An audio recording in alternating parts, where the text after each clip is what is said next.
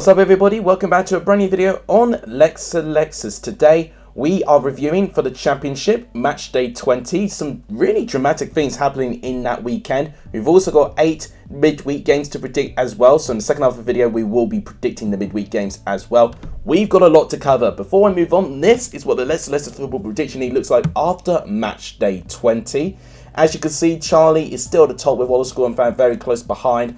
I've dropped down to 9th and I'm really struggling right now. I definitely think maybe work is just making me less involved in the Championship, which is kind of reflected the content maybe, I don't know, but definitely not performing as well in terms of predictions, and it's going to be very difficult for me to turn this around. So yeah, it'll be interesting to potentially see a new winner in this league this year. If you like what you see, things that you could do to support the channel, please smash the like button. It really helps the growth of the channel when you do hit the like button. Let's try and go for 15 likes, I'll be appreciative. Please do hit that subscribe button as well if you've not done so. It really does help the growth of this channel. So trying to push to 2,000 subscribers is the next goal for this channel, and please also share the channel too. All of this really helps as well. But without any further ado, let's try and break down what on earth happened in this weekend in the Championship.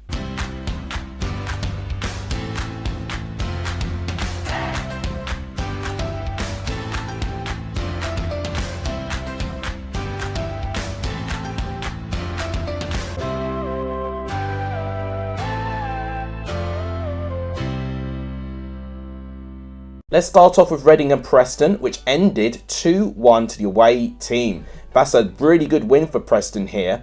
It was Ched Evans, who'd not scored in over a year, scoring a brace in this game. He definitely turned up.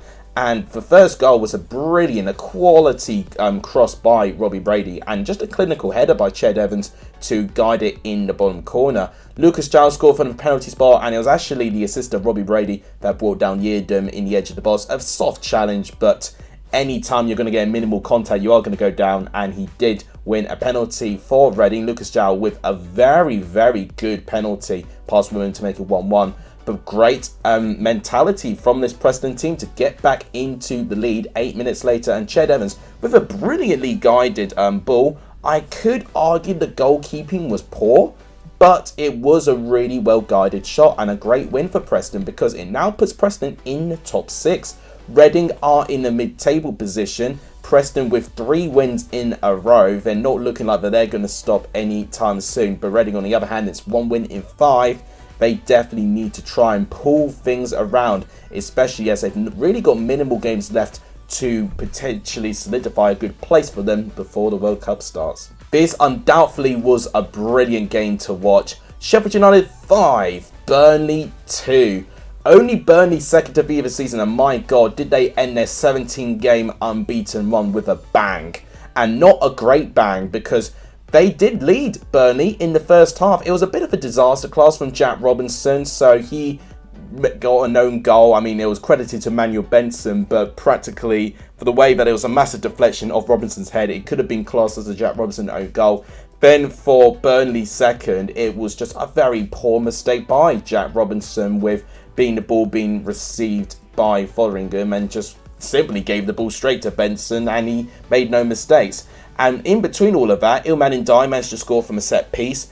So we saw Burnley being vulnerable with set pieces, and that came back to bite them within the second half, as Sheffield United scored 4 second half goals doing the damage. But Burnley with a double, Amadezovic getting 1, and Jack Robinson getting a bit of redemption, managing to score 1 of the 4 second half goals to completely compound Burnley to a thrashing, a 5-2 win for Sheffield United's part, which puts them back into 3rd place. 3 straight wins on their part, only 1 point behind Blackburn with a game in hand, and they've got a better goal difference now than Burnley following this win for them there. And they are only 3 points behind Burnley, and like I said, with a game in hand as well, which they will be playing in midweek. This was definitely a game for Burnley that I think were exposed. I think definitely they were fatigued for how hard they had to work to get the result against Rotherham in midweek.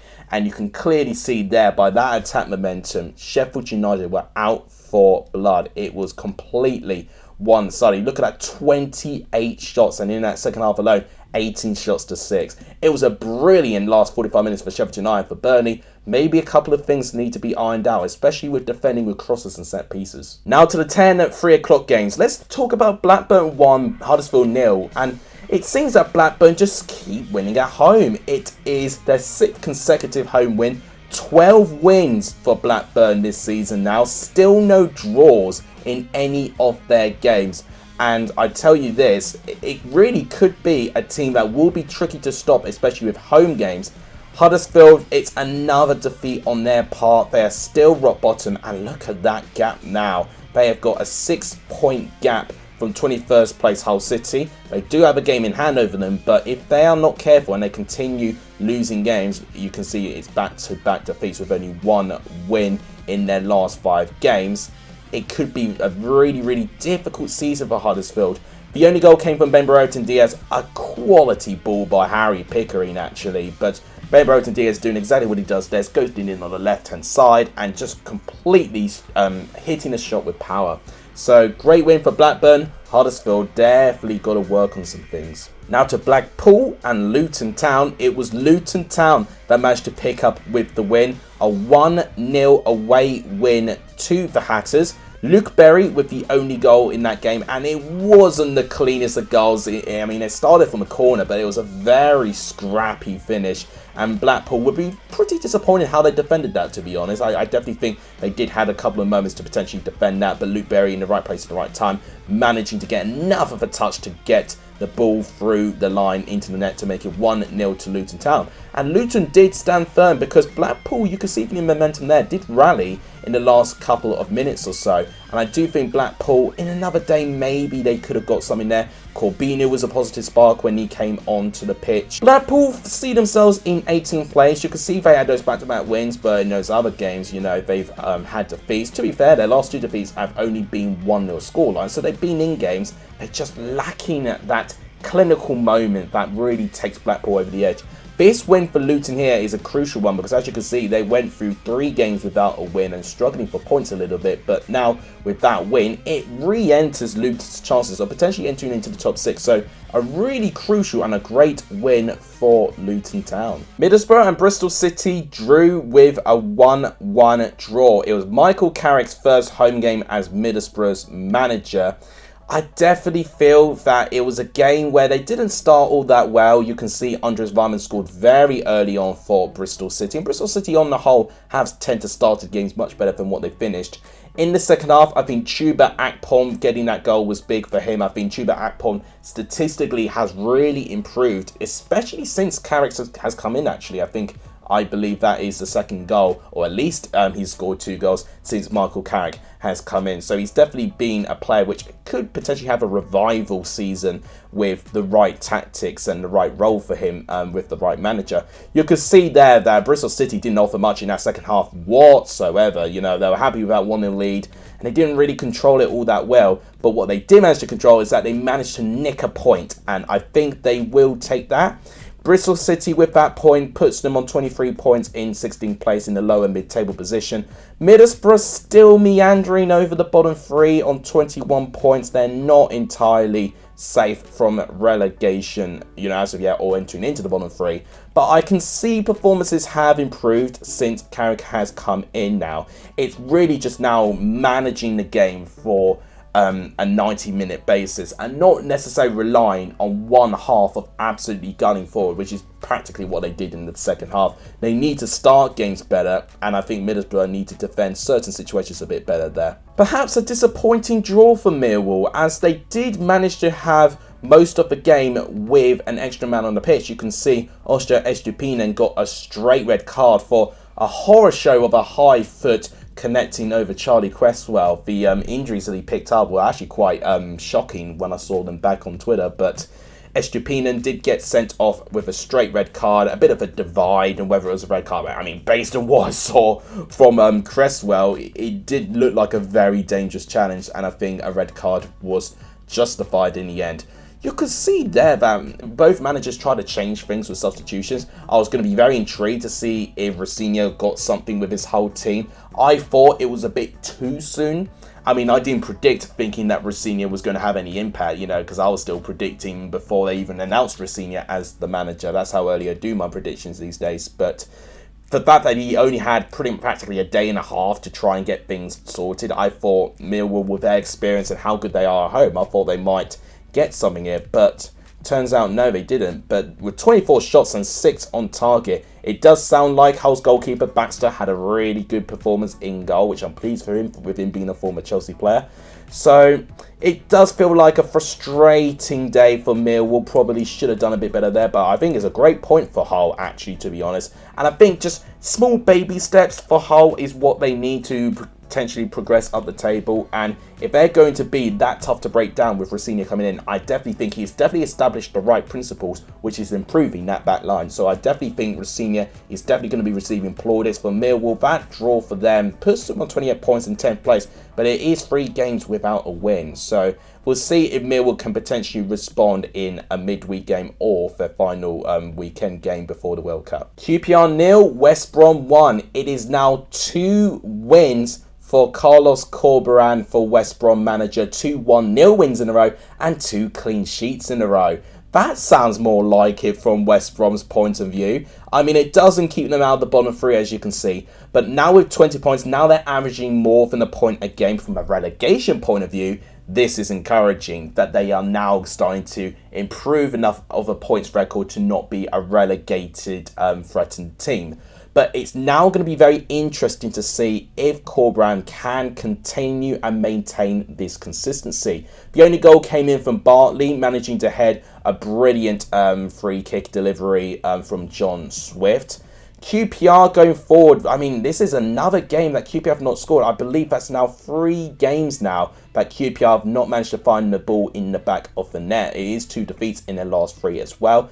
And one thing notable about this game, which made me a little bit nervous with my prediction, is that this was the first game when Chris Willock returned to the squad. I mean, probably not going to be back at his best with the fact he's had loads of games out through injury, but now that Chris Willock is now returning to the squad, maybe now this is a really good excuse for QPR to now start regaining that positive start they had. Because you can see here that QPR are still within the top 6, but if they're not careful, bearing in mind how well Preston are doing, and now Watford having a small revival there as well, and you're seeing the likes of Luton, Millwall, even Birmingham picking up the odd win here and there, it's going to be very difficult for QPR to stay and maintain in that position if they maintain this poor run of form. So, good win for West Brom. QPR definitely feel for me in terms of putting the ball in the back of the net, they definitely need to start working on that even more. After the disappointment of midweek for Rotherham not picking up at least a point against Burnley, they compound that with a 2-1 home defeat to Norwich.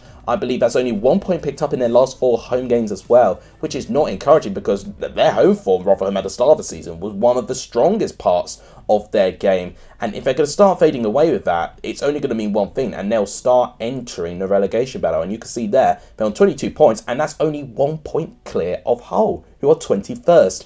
So I do think Matt Taylor's got a lot of pressure on his hand. Only 1 point in 5. That is incredibly poor considering how well Rotherham were doing. With Norwich, they managed to pick up an away win there, and you can see it's 2 wins in 3. It's definitely more encouraging signs for Norwich. You would definitely feel for their first goal. It was a good finish by Kenny McLean.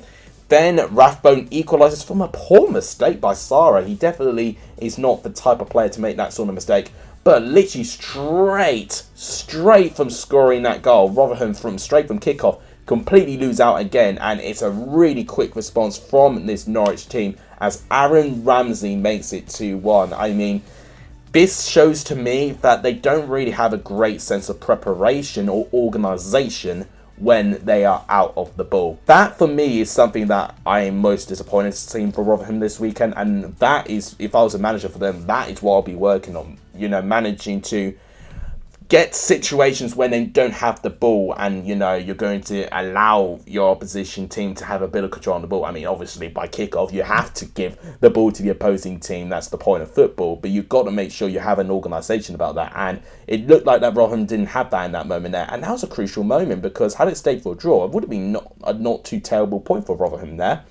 So Norwich back within the top 6 and looking a little bit more comfy now, opening a bit of a gap between them and QPR obviously now. With Rotherham, as I said, if they're not careful with 4 defeats in their last 5, they will start entering a relegation battle. I don't want to warn any Rotherham fans, but they've really got to turn around their form ASAP. Now with Stoke and Birmingham, it's another away win for Birmingham, but it's another home defeat for Stoke. If we look at the home table now, you can see only Wigan have picked up less points at home than Stoke City with only 2 home wins. They've had 4, both Stoke and Wigan, 4 home defeats in their last 5. That is a real concern. If you can't get your home form right and you can't get your fans on side, that's going to be a really, really toxic feeling and atmosphere.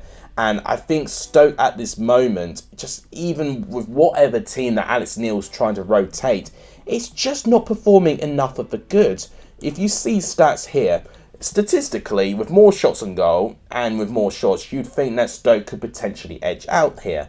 But the quality of the chances is just simply not good enough. And Birmingham did manage to get enough quality chances and did manage to get enough of a lead. I mean, Hogan made it 1-0 and Harley Dean almost took the game right away from Stoke City here with a 2-0 lead. Lewis Baker makes things a little bit closer with the penalty to make it 2-1. But what disappoints me is that Stoke, despite having that late rally there, it doesn't look like that they will do enough. And it has that feeling that just Stoke are inevitably not going to do enough to get something here. And it's a real concern. And I honestly, I can't offer a solution for Stoke, to be honest. It feels like as a squad, it should be performing more, but it's not.